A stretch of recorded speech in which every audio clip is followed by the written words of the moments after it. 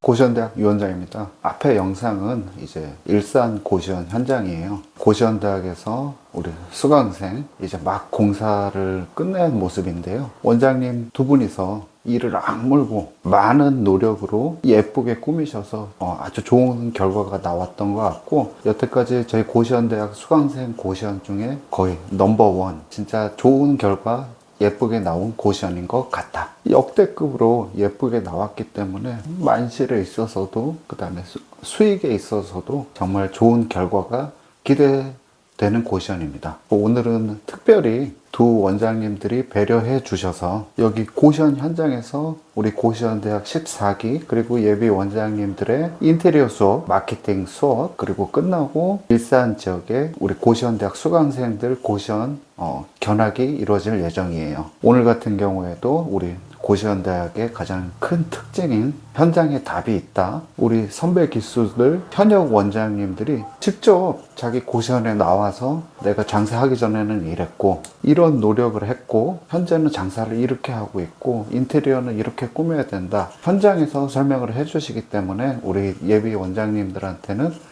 아주 뜻깊은 시간이 될 것 같습니다. 자, 오늘 유튜브 주제는 일기 신도시를 주목해야 된다. 그동안 고시원대학에서는 일기 신도시 고시원을 많이 했던 것 같아요. 모텔도 마찬가지고요. 그리고 대체로 결과가 좋았습니다. 그래서 유 원장은 일기 신도시의 고시원을 아주 좋아하고, 또 부동산에서 매물을 받을 때 일기 신도시 물건이 나오면은 눈여겨보는 것 같아요. 예비 원장님들도 일기 신도시를 주목해야 된다. 왜냐하면은 장사가 아주 잘 되는 경우가 많고 만실이 되는 경우가 많기 때문입니다. 자, 그러면은 일기 신도시가 장사가 잘 되는 이유는 무엇일까요? 일기 신도시가 장사가 잘 되는 단도직입적인 이유, 그 이유는 계획도시이기 때문입니다. 노태우 정권에서 90년 초반, 80년대 말이겠죠. 집값 안정과 주택난 해결을 위해서 분당, 일산, 평촌, 삼본, 중동에 건립된 게 이제 일기 신도시인데요. 정부가 애착을 가지고 쾌적한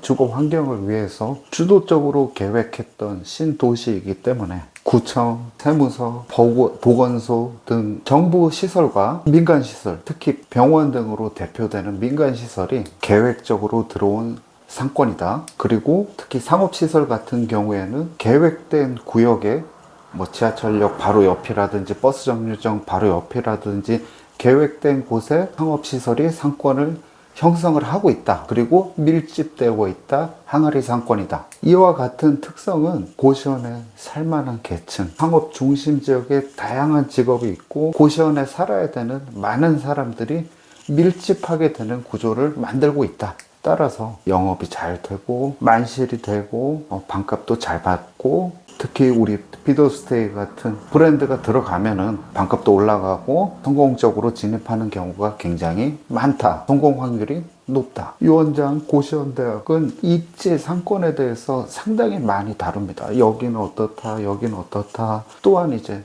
공통적으로 장사가 잘 되는 입지에 있어서 강조하는 한 부분이, 서울 같은 경우에는 구청이 있는 곳이 대다수의 고시원들이 장사가 잘 되더라. 정부가 서울시에서 구청을 설립한 부지 같은 경우에는 계획된 토지로서 시 주도로 구청, 보건소, 세무서 등을 정비된 도로에 이렇게 체계적으로 건설을 하다가 보니까, 또한 이제 민간시설도 마찬가지잖아요. 민간시설 같은 경우에도 여기는 구청, 여기는 보건소, 여기는 세무서, 여기는 병원 부지, 여기는 학교 부지, 이런 식으로 계획된 곳이기 때문에 사람들이 선호하고 사람들이 많이 모이기 때문에 상권이 형성이 되고, 따라서 거기에서 파생돼서 고시원에 들어올 수요층이 많은 환경을 갖추기 때문에 장사가 잘 될 가능성이 크다. 고시원에 대한 수요가 자연스럽게 발생되는 입지일 가능성이 크다. 일기 신도시도 이와 마찬가지로 계획적으로 상업지역, 무슨 정부 부지,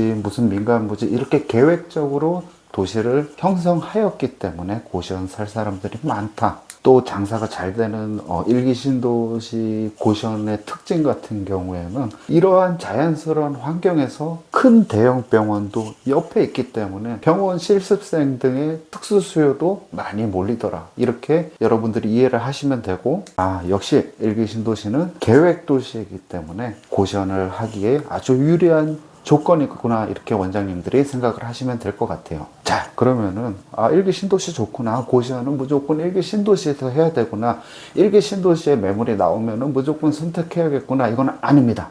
반드시 필터링을 해야 되고 매물에 있어서 검증을 해야 됩니다. 맹목적으로 생각 없이 따라가시면 안 돼요. 자, 그러면 일기 신도시에서 주의해야 될 점 뭘까요? 첫 번째, 관리비 체크해야 됩니다. 대부분의 일기 신도시의 고시원들은 특히 지하철역 앞에는 상업지역, 계획된 상업지역 안에 있는 일기 신도시의 고시원들은 분양상가에 층을 쓰는 경우가 많다. 분양상가에 엘리베이터 있고 뭐 10층짜리 건물에 뭐 8, 9층, 7, 8층 이런 고시원들이 많단 말이에요. 어떤 데는 평수가 커서 한 개 층을 쓰는 고시원이 있는데 반드시 월세 이외에 공동 관리비를 체크를 해야 돼요. 평당 나오든지 뭐 그 다달이 나오는 공동 관리비를 꼭 체크를 하고 들어가야 된다. 월세는 싸 보였는데 이 관리비가 너무 비싸서 고시원 운영에 고시원 수익률을 생각을 했을 때 안 좋은 고시원일 경우가 많거든요. 그러니까 매출은 높아야 돼. 뭐 공용 관리비 내야 되고 월세 내야 되고 이러한 상황을 겪지 않기 위해서는 관리비가 적절한지, 관리비 월세를 제하고 공과금을 냈을 때 수익성이 있는지를 반드시 체크를 해야 되고, 비싸면은 들어가면 안 됩니다. 고시원대학도 일기 신도시 매물은 좋아하지만은 이 관리비 부분에 있어서 너무 부담이 된다, 수익률이 떨어진다, 그러면은 과감히 포기하고 안 들어갑니다. 두 번째, 일기 신도시라고 모든 일기 신도시가 다 좋은 건 아니다. 분당, 일산, 평촌, 삼본, 중동 이 5지역 중에 뭐 일기 신도시가 다 좋은 건 아니에요. 필터링을 해야 된다. 그 이유는 수요와 공급 때문이에요. 대체로 일기 신도시는 수요가 많지만은 어떤 지역 같은 경우에는 수요도 있는데 공급도 너무 많아. 이런 일기 신도시는 치열하게 경쟁을 해야 되기 때문에 원장님들이 좀 조심할 필요가 있다. 자세한 지역은 수업 시간에 말씀드리도록 하겠습니다. 세 번째, 일기 신도시 주의해야 될 점은 고령화 이슈예요. 갈수록 일기 신도시는 나이가 들어가고 있다. 일기 신도시의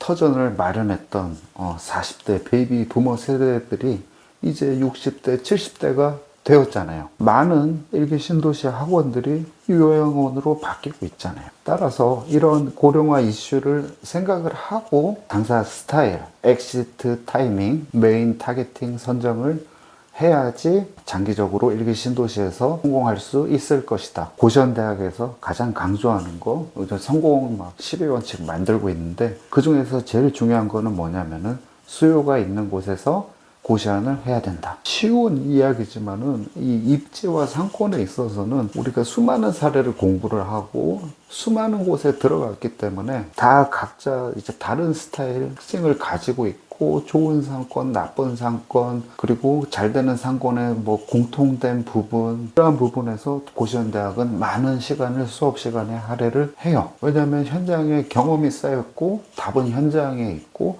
현장을 해봤기 때문에 원장님들한테 알려주고 싶은 이야기가 많기 때문입니다. 진짜로 고시원에서 성공을 하고 싶다, 체계적으로 고시원을 공부하고 싶고 이렇게 일산 고시원처럼 공사도 잘하고 싶고 영업도 잘하고 싶다, 그러면은 우리 고시원대학에 참여하시면 좋을 것 같아요. 댓글 카톡에 우리 고시원대학 카톡방이 있고 참여하셔서 좋은 선배들, 사람들도 많이 알고 좋은 현장도 많이 가보고 실질적으로 현장에서 고시원 성공을 위한 가능성을 키우셨으면 좋겠습니다. 이상 유 원장이었습니다.